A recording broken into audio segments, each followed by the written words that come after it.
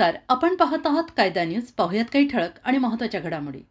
शहराचा सर्वांगीण विकास शिवसेनाच करू शकते, माजी मंत्री तानाजी सावंत यांचा विश्वास.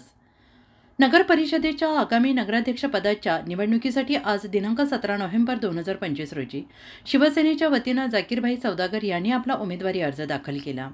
स्वर्गीय बाळासाहेब ठाकरे आणि धर्मवीर आनंद दिघे यांचे विचार घेऊन राज्याचे उपमुख्यमंत्री एकनाथ शिंदे आणि धाराशिव जिल्ह्याचे पालकमंत्री प्रतापजी सरनाईक यांच्या नेतृत्वाखाली आणि आदेशानुसार हा उमेदवारी अर्ज दाखल करण्यात आला.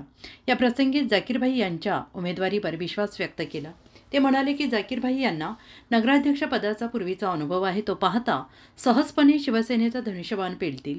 जाकीरभाई शहराचा सर्वांगीण विकास केवळ शिवसेनाच करू शकते, असा ठाम विश्वास त्यांनी व्यक्त केला आहे.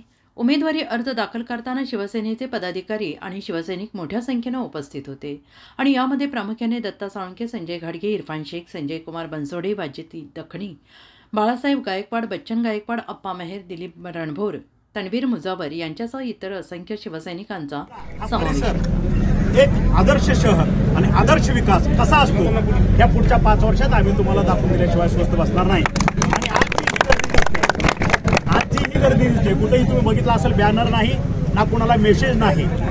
फक्त या ठिकाणी नगराध्यक्षाचा अर्ज भरण्यासाठी आमची सर्व पदाधिकाऱ्यांनी सर्व कार्यकर्ते आलेले आहेत. एवढ्यासाठी बघितलं तर 1000 ते 1000 मतदार या ठिकाणी स्वयंस्फूर्तीने उपस्थित आहेत. याचा अर्थ 2 तारखेला आम्ही गुलाल उधळल्याशिवाय स्वस्त बसणार नाही. कायदा न्यूजसाठी प्रतिनिधी